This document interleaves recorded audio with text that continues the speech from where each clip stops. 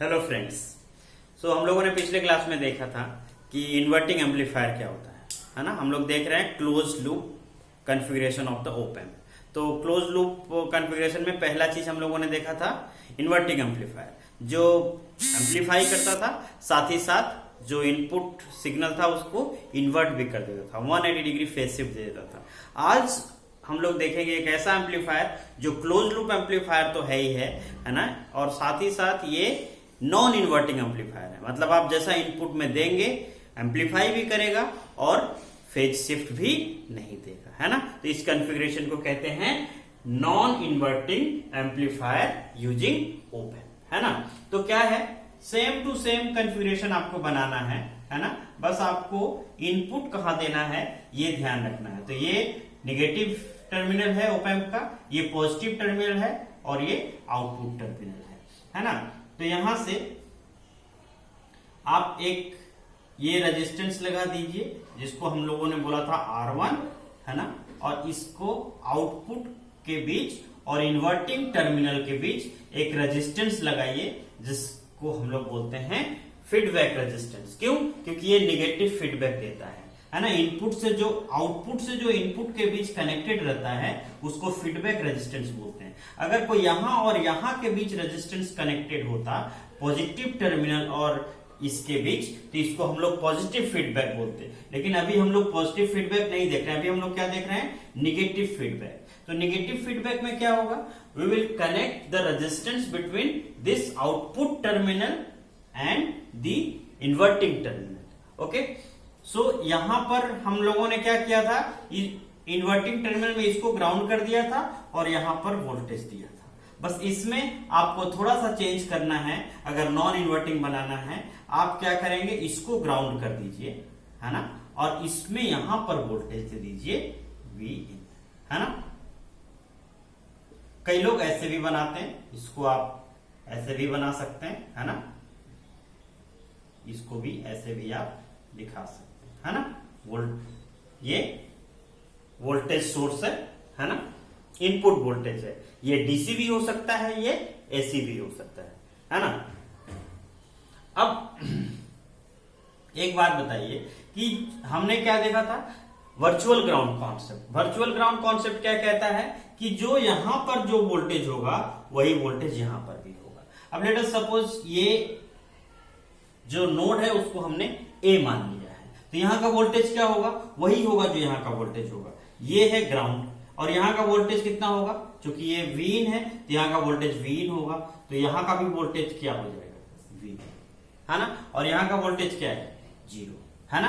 तो इसका मतलब है कि यहां का वोल्टेज Vin है और यहां का 0 है, मतलब ऐसे करंट फ्लो करेगा, है ना। ये तो यहां से ऐसे फ्लो करेगा।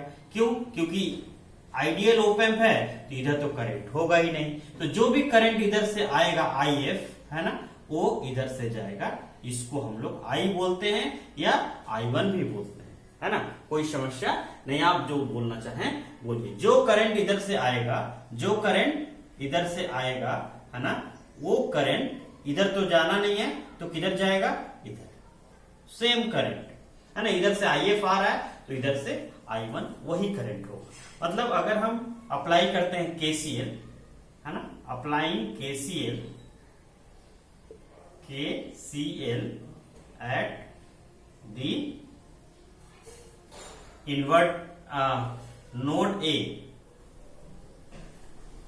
at the node A, और at इन्वर्टिंग टर्मिनल भी आप बोल सकते हैं। इन्वर्टिंग टर्मिनल और नोड ए एक ही चीज है ना। तो that will be equal to I1 is equal to IF। अब आप बताइए I1 कितना होगा, I1 will be equal to इसके अक्रॉस जो वोल्टेज होगा, इसके अक्रॉस वोल्टेज कितना हो जाएगा, R1 के अक्रॉस Vin माइनस 0। यहां का वोल्टेज कितना है, ग्राउंडेड है तो 0, Vin minus 0, Vin minus 0 upon resistance. Resistance कितना है, R1, and what will be this voltage across this one, voltage across this one will be V out minus Vin, V out minus Vin।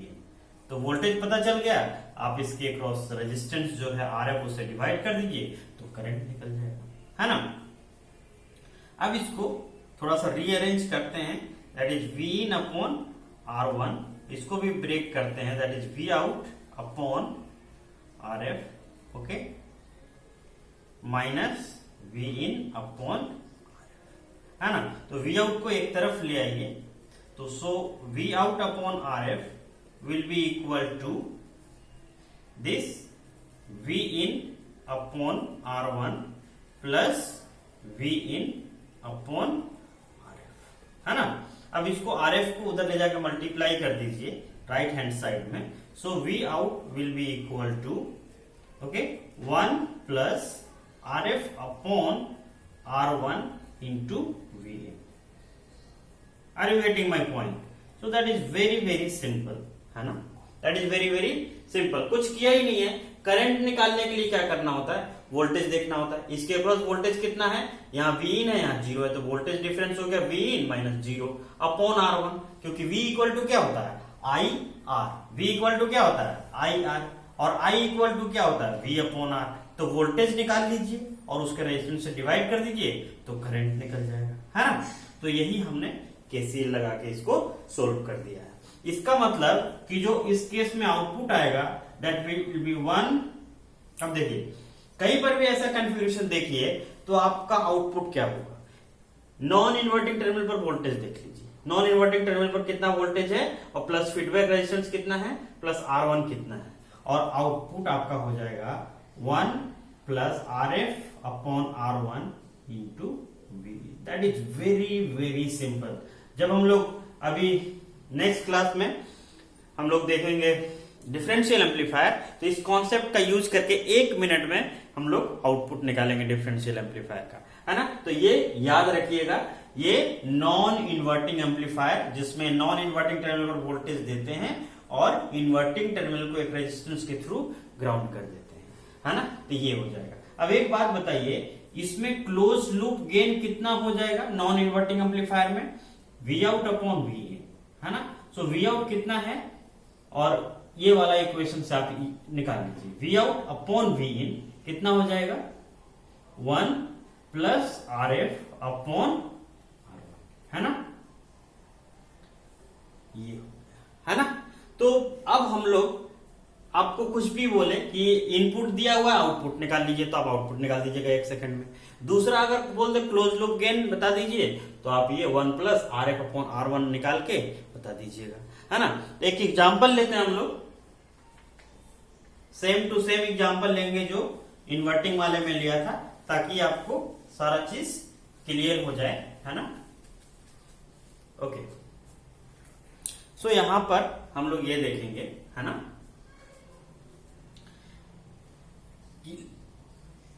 Example में हम लोग ये देखेंगे RF is equal to 100 kilo ohm. कितना होगा, यहां पर ये कितना है 100 किलो ओम, और ये रेजिस्टेंस R1 कितना है, लेट अस सपोज 10 किलो ओम।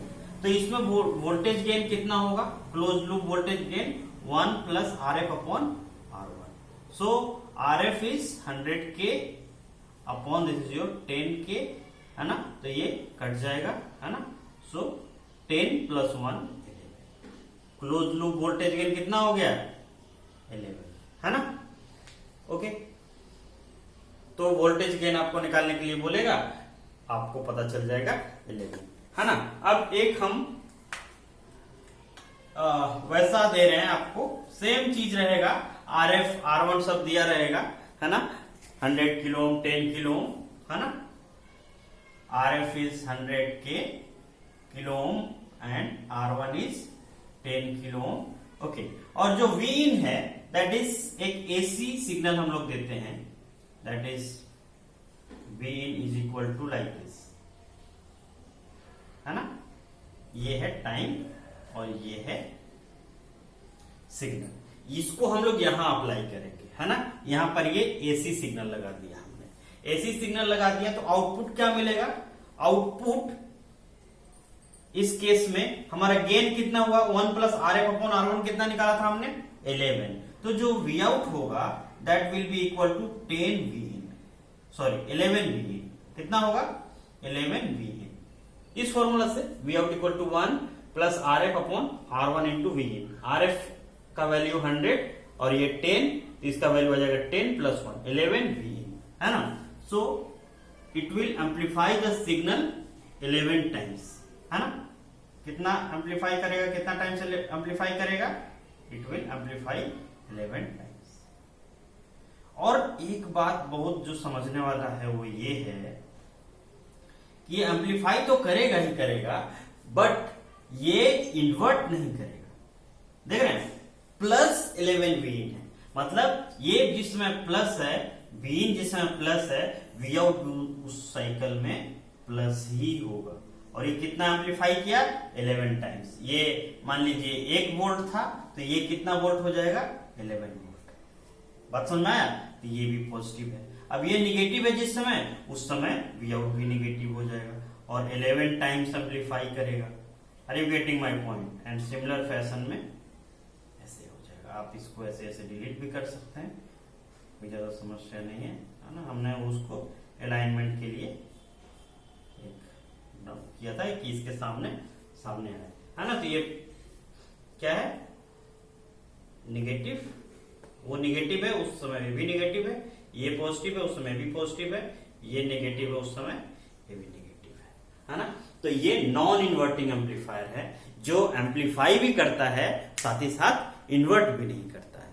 अब आप जैसा कॉन्फ़िगरेशन चाहते हैं, इन्वर्टिंग कॉन्फ़िगरेशन चाहते हैं तो इन्वर्टिंग वाला यूज कीजिए, नॉन इन्वर्टिंग वाला चाहते हैं नॉन इन्वर्टिंग वाला यूज कर सकते हैं, या इस तरह का कोई भी क्वेश्चन आपको आ जाए तो आप बिल्कुल कर सकते हैं।